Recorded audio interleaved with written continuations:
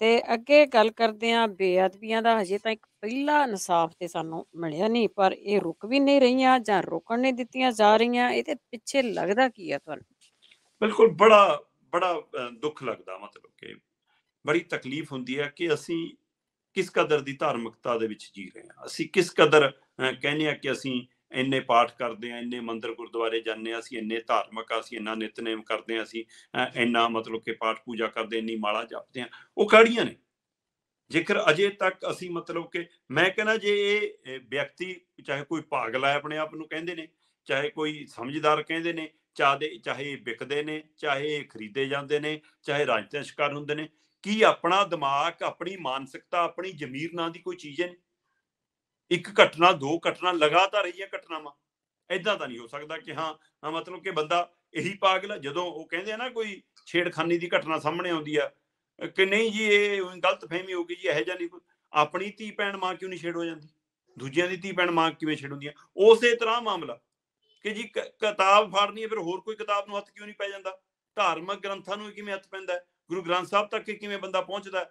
ਉਹਦੀ ਉਹ ਬੇਅਦਬੀ ਆ। ਕੱਲ ਇੱਕ ਪੰਜਾਬ 'ਚ ਗੁਟਕਾ ਸਾਹਿਬ ਦੇ ਅੰਗ ਬਖੇਰਨ ਦੀ ਖਬਰ ਸਾਹਮਣੇ ਆਉਂਦੀ ਆ, ਹੈਨਾ, ਕਿ ਉਹਦੀ ਬੇਅਦਬੀ। ਤੇ ਉਸ ਤੋਂ ਬਾਅਦ ਦੁਪਹਿਰ ਨੂੰ ਮਰਿੰਡਾ ਦੇ ਵਿੱਚ ਕੋਤਵਾਲੀ ਜਿਹੜਾ ਗੁਰੂ ਘਰ ਹੈ, ਬੜਾ ਇਤਿਹਾਸਕ ਗੁਰੂ ਘਰ ਹੈ, ਉਸ ਗੁਰੂ ਘਰ ਦੇ ਵਿੱਚੋਂ ਵੀਡੀਓ ਕਲਿੱਪ ਜੋ ਸਾਹਮਣੇ ਆਉਂਦੀ, ਉਹਦੇ ਵਿੱਚ ਬੰਦਾ ਕਿਸੇ ਪਾਸਿਓਂ ਪਾਗਲ ਨਹੀਂ ਦਿਖਦਾ। ਸੋ ਇਸ ਲਈ ਇਹ ਸਾਰੇ ਘਟਨਾਕ੍ਰਮ ਕਿਸ ਮਾਨਸਿਕਤਾ 'ਚ ਹੋ ਰਹੇ ਨੇ, ਕਿਸ ਰਾਜਨੀਤੀ 'ਚ ਹੋ ਰਹੇ ਨੇ, ਇਹਦੀ ਜੜ ਤੱਕ ਜਾਣ ਦੀ ਲੋੜ ਹੈ। ਮਤਲਬ ਅਕਾਲੀਆਂ ਦੇ ਟਾਈਮ 'ਚ ਵੀ ਹੋ ਗਏ, ਕਾਂਗਰਸੀਆਂ ਦੇ ਟਾਈਮ 'ਚ ਵੀ ਨਹੀਂ ਰੁਕੇ, ਹੁਣ ਆਪਣੇ ਟਾਈਮ 'ਚ ਵੀ ਨਹੀਂ ਰੁਕੇ। ਕੀ ਇਹਦੇ ਪਿੱਛੇ ਕੋਈ ਰਾਜਨੀਤਿਕ ਧਿਰ ਕੰਮ ਕਰ ਰਹੀ ਹੈ? ਇੱਕ ਦੂਜੇ ਦੇ ਖਿਲਾਫ ਵਿਰੋਧੀ ਧਿਰਾਂ ਕੰਮ ਕਰ ਰਹੀਆਂ ਨੇ? ਸਿਸਟਮ ਦੀ ਨਲਾਕੀ ਹੈ? ਜਾਂ ਸਾਡੇ ਸਮਾਜ ਦੀ ਗਿਰਾਵਟ ਇੰਨੀ ਆ ਗਈ ਹੈ ਕਿ ਅਸੀਂ ਜਾਣਬੁੱਝ ਕੇ ਅਜਿਹੀਆਂ ਮਨੁੱਖਤਾ ਤੇ ਆ ਗਿਆ ਕਿਸੇ ਦੀਆਂ ਘਟਨਾ ਨੂੰ ਅੰਜਾਮ ਦਿੰਦੇ? ਮਤਲਬ ਬੂਟ ਪਾਏ ਨੇ ਬੰਦੇ ਨੇ, ਹੈਨਾ, ਉਹ ਕਹਿਣ ਨੂੰ ਸਿਰ ਤੇ ਤੂੰ ਮਤਲਬ ਪੱਗ ਬੰਨੀ ਆ, ਪਰਨਾ ਬੰਨਿਆ ਹੈ, ਹੈਨਾ ਜੀ, ਤੁਸੀਂ ਕਹਿੰਦੇ ਹੋ ਜੀ ਹਾਂ ਅਸੀਂ ਮਤਲਬ ਕਿ ਲਓ ਜੀ ਗਏ ਅੰਦਰ ਵੜ ਗਏ, ਉੱਥੇ ਜਾ ਕੇ ਥੱਪੜ ਮਾਰ ਰਹੇ ਹੋ, ਤੁਸੀਂ ਦਸਤਾਰ ਲਾ ਰਹੇ ਹੋ, ਗੁਰੂ ਗ੍ਰੰਥ ਸਾਹਿਬ ਦੇ ਪਾਵਨ ਸਰੂਪ ਨੂੰ ਮਤਲਬ ਕਿ ਖਿੱਚ ਧੂ ਕਰਨ ਦੀ ਕੋਸ਼ਿਸ਼ ਕਰਦੇ ਹੋ, ਉਹ ਬੀਬੀ ਰੋਕਣ ਦੀ ਕੋਸ਼ਿਸ਼ ਕਰਦੀ ਹੋ, ਉਹਨੂੰ ਵੀ ਧੱਕੇ ਮਾਰਦੇ ਹੋ, ਤੇ ਫਿਰ ਜਨਤਾ ਨੇ ਉਹ ਬੰਦਾ ਫੜ ਲਿਆ।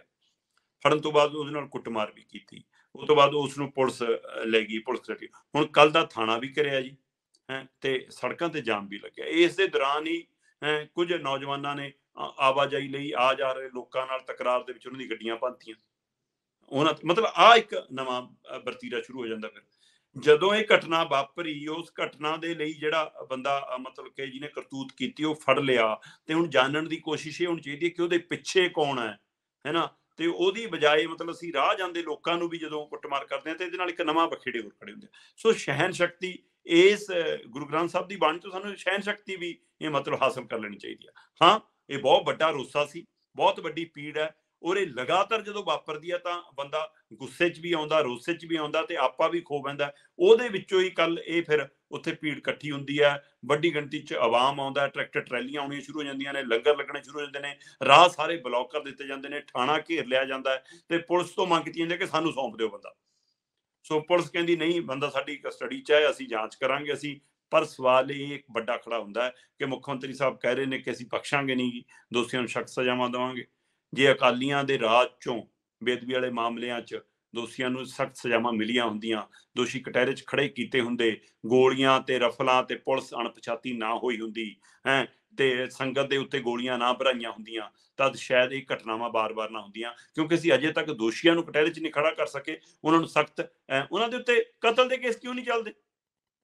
ਕਿਉਂ ਨਹੀਂ ਅਜਿਹੇ ਲੋਕਾਂ ਦੇ ਉੱਤੇ ਮਤਲਬ ਕਿ ਧਾਰਮਿਕ ਭਾਵਨਾਵਾਂ ਦੇ ਨਾਲ ਅਸੀਂ ਜਦੋਂ ਗੁਰੂ ਮੰਨਦੇ ਹਾਂ, ਅਸੀਂ ਜਦੋਂ ਉਹਨਾਂ ਨੂੰ ਆਪਣੀ ਅਗਵਾਈ ਕਰਦੇ ਮੰਨਦੇ ਹਾਂ, ਤਾਂ ਉਹਨਾਂ ਦੇ ਉੱਤੇ ਕਤਲ ਦੇ ਕੇਸ ਕਰੋ, ਦੋ ਸਜ਼ਾਵਾਂ ਉਹਨਾਂ ਨੂੰ। ਜਦੋਂ ਅਜਿਹੀਆਂ ਸਜ਼ਾਵਾਂ ਮਿਲਣਗੀਆਂ ਤਾਂ ਉਹਦੇ ਨਾਲ ਦੂਆਂ ਤੇ ਅਸਰ ਪਊਗਾ। ਸੋ ਇਸ ਲਈ ਘਟਨਾਵਾਂ ਨਹੀਂ ਹੋਣਗੀਆਂ। ਪਰ ਮੈਂ ਬਾਰ-ਬਾਰ ਇਸ ਗੱਲ ਤੇ ਕਹਿਣਾ ਕਿ ਇਹ ਸਵਾਲ ਵੱਡਾ ਖੜਾ ਕਿ ਕੀ ਇਹ ਘਟਨਾਵਾਂ ਘਟੀਆ ਮਾਨਸਿਕਤਾ 'ਚੋਂ ਵਾਪਰ ਰਹੀਆਂ, ਜਾਂ ਇਹਨਾਂ ਨੂੰ ਵਾਪਰਨ ਦਿੱਤਾ ਜਾ ਰਿਹਾ, ਜਾਂ ਇਹਦੇ ਪਿੱਛੇ ਕੋਈ ਰਾਜਨੀਤੀ, ਕੋਈ ਘਟੀਆ ਮਨਸ਼ਾ, ਕੋਈ ਸਿਆਸਤ ਕੰਮ ਕਰਦੀ ਹੈ। ਇਹਦੀ ਜੜ ਤੱਕ ਜਾਣ ਦੀ ਲੋੜ ਆ। ਅਜੇ ਤੱਕ ਜਿਹੜੇ ਬੰਦੇ ਫੜ ਹੁੰਦੇ ਨੇ ਉੱਥੇ ਤੱਕ ਇਹ ਮਾਮਲਾ ਰੁਕ ਜਾਂਦਾ, ਉਹ ਤੋਂ ਅੱਗੇ ਕਿਉਂ ਨਹੀਂ ਵਧਿਆ?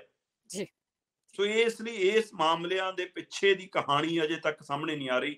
ਕੌਣ ਹੈ? ਅਸੀਂ ਜਵਾਕ ਹੁੰਦੇ ਤੂਤਾਂ ਵਾਲਾ ਖੂਹ ਵਾਲਾ ਨਾਵਲ ਪੜ੍ਹਦੇ ਹੁੰਦੇ ਸੀ ਕਿ ਹਾਂ ਮੰਦਿਰ ਦੇ ਵਿੱਚ ਗਊ ਦੀ ਪੂੰਛ ਸਿੱਟਤੀ ਜੀ, ਮਸਜਿਦ ਦੇ ਵਿੱਚ ਸੂਰ ਦਾ ਮਾਸ ਸਿੱਟਤਾ ਜੀ, ਤੇ ਉਸ ਤੋਂ ਬਾਅਦ ਭਾਈਚਾਰੇ 'ਚ ਟਕਰਾਅ ਹੋ ਗਿਆ ਜੀ। ਇਹ ਟਕਰਾਅ ਕਿਤੇ ਉਹ ਗਊ ਦੀ ਪੂੰਛ ਤੇ ਸੂਰ ਦਾ ਮਾਸ ਵਾਲਾ ਕਾਂਡ ਤਾਂ ਨਹੀਂ ਕੌਣ ਕਰਾ ਰਿਹਾ? ਕੌਣ ਹੈ ਇਹ ਤੂਤਾਂ ਵਾਲੇ ਖੂਹ ਦਾ ਫਿਰ ਮੁੜ ਤੋਂ ਸਿਰਜਣਹਾਰਾ, ਇਹਦੇ ਤੇ ਗੌਰ ਕਰਨ ਦੀ ਲੋੜ ਹੈ ਕਿ ਇਹ ਘਟਨਾਵਾਂ ਕਿਸੇ ਰਾਜਨੀਤਿਕ ਮਨਸ਼ਾ ਚੋਂ ਤਾਂ ਨਹੀਂ ਪੈਦਾ ਹੋ ਰਹੀਆਂ, ਜਾਂ ਇੱਕ ਦੂਏ ਦੀ ਸਰਕਾਰ ਦੇ ਸਮੇਂ ਦੂਜੀਆਂ ਵਿਰੋਧੀ ਧਿਰਾਂ ਦੇ ਵਿੱਚੋਂ ਤਾਂ ਨਹੀਂ ਕੋਈ ਸ਼ਰਾਰਤਾਂ ਕਰਾਉਂਦਾ, ਜਾਂ ਇਹ ਆਪਣੇ ਆਪ ਲੋਕਾਂ ਦੇ ਅੰਦਰ ਇਹ ਕੌਣ ਜ਼ਹਿਰ ਭਰਦਾ ਹੈ, ਇਹਦੇ ਪਿੱਛੇ ਵੀ ਕੋਈ ਵਿਰੋਧੀ ਤਾਕਤਾਂ ਨਹੀਂ, ਉਹ ਵੀ ਭਾਲ ਲੈਣ। ਬਿਲਕੁਲ ਜੀ, ਲੱਗਦਾ ਤਾਂ ਇਸ ਤਰ੍ਹਾਂ ਵੀ ਘਟਨਾਵਾਂ ਘਟਨਾਈਆਂ ਜਾ ਰਹੀਆਂ ਆ ਇਹ, ਹੂੰ, ਹੂੰ। ਜਿਹੜੀਆਂ ਆਮ ਬਣਾ ਦਿੱਤਾ ਜਾਵੇ ਵੀ ਬੇਅਦਬੀ ਜਿਹੜੀ ਹੋਣੀ ਆ ਉਹ ਆਮ ਹੀ ਆ।